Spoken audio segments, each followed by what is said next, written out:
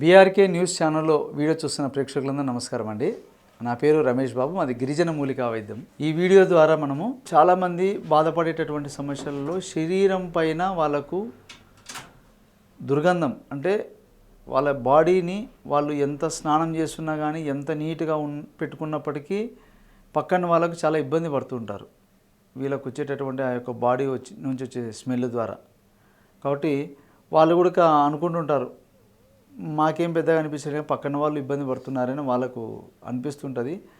కానీ అసలు ఇది ఎందుకు అట్లా వస్తుందంటే శరీర తత్వాలు వాత పిత్త కఫ శరీరాలలో ఒక్కొక్కరి శరీరం ఒకలా ఉంటుంది. కాబట్టి వాళ్ళ శరీరము కొంతమందికి వేడి శరీరం ఎక్కువగా ఉండే వాళ్ళకు విపరీతమైన చెమటలు గారడము, దుర్గంధం, వాళ్ళ వాసన పక్కన వాళ్ళు కూర్చోలేరు, అంత స్మెల్ వస్తుంటుంది వాళ్ళ బాడీ.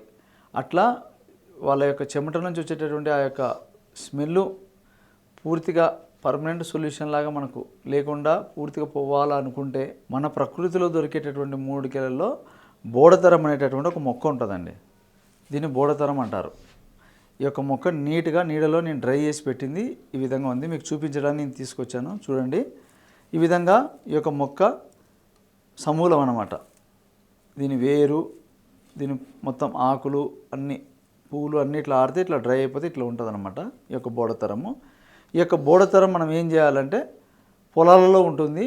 పొలాలలో మీకు తెలియకపోయినా ఎవరైనా రైతులు కానీ ఎవరైనా అడిగి కనుక్కొని బోడతరం నీట్గా తెచ్చుకొని దీన్ని బాగా నీట్గా ఫస్ట్ నీళ్ళలో కడగండి. కడిగిన తర్వాత చిన్న చిన్న ముక్కలు కట్ చేసి నీళ్ళలో ఆరబెట్టండి. బాగా ఒట్టి నీళ్ళలోనే ఆరిపోవాలి. ఆరిపోయినాక ఫైనల్గా మనకు పొడి తయారు చేసి ఈ విధంగా పౌడర్ వస్తుంది. వేర్లు పువ్వులు మొత్తం సమూలం ఈ విధంగా పౌడర్ ఉంటుంది. ఈ పౌడర్ని ఏం చేయాలంటే మనం రెగ్యులర్గా ఉదయం లేవగానే ఫస్ట్ ఎర్లీ మార్నింగ్ ఖాళీ కడుపున ఏం తినకముందు కొద్దిగా నీళ్ళు తీసుకోవాలి. ఒక కప్పు నీళ్లు తీసుకొని అందులో ఒక స్పూన్ పొడి వేసి కలిపేసుకొని తాగాలి. అలా కాకపోయినా కానీ పౌడర్ మేము డైరెక్ట్ తాగలేము అన్న వాళ్ళు దీన్ని చిన్న చిన్న పీసులు కట్ చేసి పొడి చేసుకుంటారు కదా, ఆ పౌడర్ అయినా కానీ ఒక 2 గ్లాసు నీళ్ళల్లో ఒక స్పూన్ పొడి వేసి దాన్ని బాగా మరిగించాలి. మరిగించి ఒక గ్లాస్ అయ్యేంత వరకు మరిగించుకున్నాక ఒక 10-15 నిమిషాలు బాగా మరిగినాక వడబోసుకోవాలి. వడబోసుకొని చల్లారినాక దాన్ని తాగాల. ఇట్లా మీరు ఎర్లీగా పొద్దునే లేచిన వెంటనే చేయాల్సిన పని ఇది. టీ కాఫీలు టిఫిన్లు ఏమైనా చేసి ఉంటే ముందు ఇది తాగినాక పెట్టుకోండి. ఎందుకంటే ఇది తాగితే 1 గంట గ్యాప్ ఉండాలి.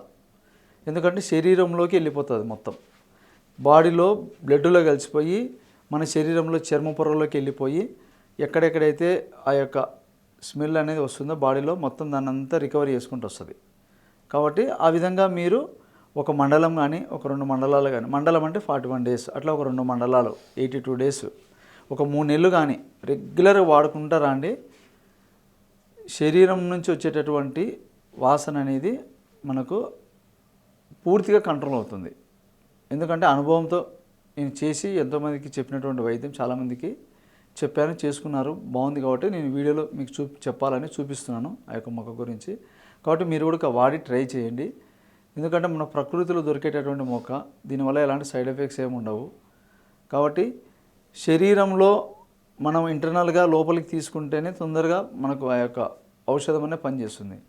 లేదు తాగలేని వాళ్ళు ఏం చేయొచ్చు అంటే ఈ యొక్క మొక్కని బాగా నీడలో డ్రై చేసి పెట్టుకుంటారు కదా, స్నానం చేసేటప్పుడు కానీ ఈ యొక్క మూలికలు, కొన్ని మూలికలు దాంట్లో వేసేసి నీళ్ళల్లో బాగా ఆ యొక్క నీళ్ళు వేడి నీళ్ళల్లో వేసేస్తే బాగా ఉడికిపోయి ఆ నీళ్ళలోకి వచ్చేస్తుంది.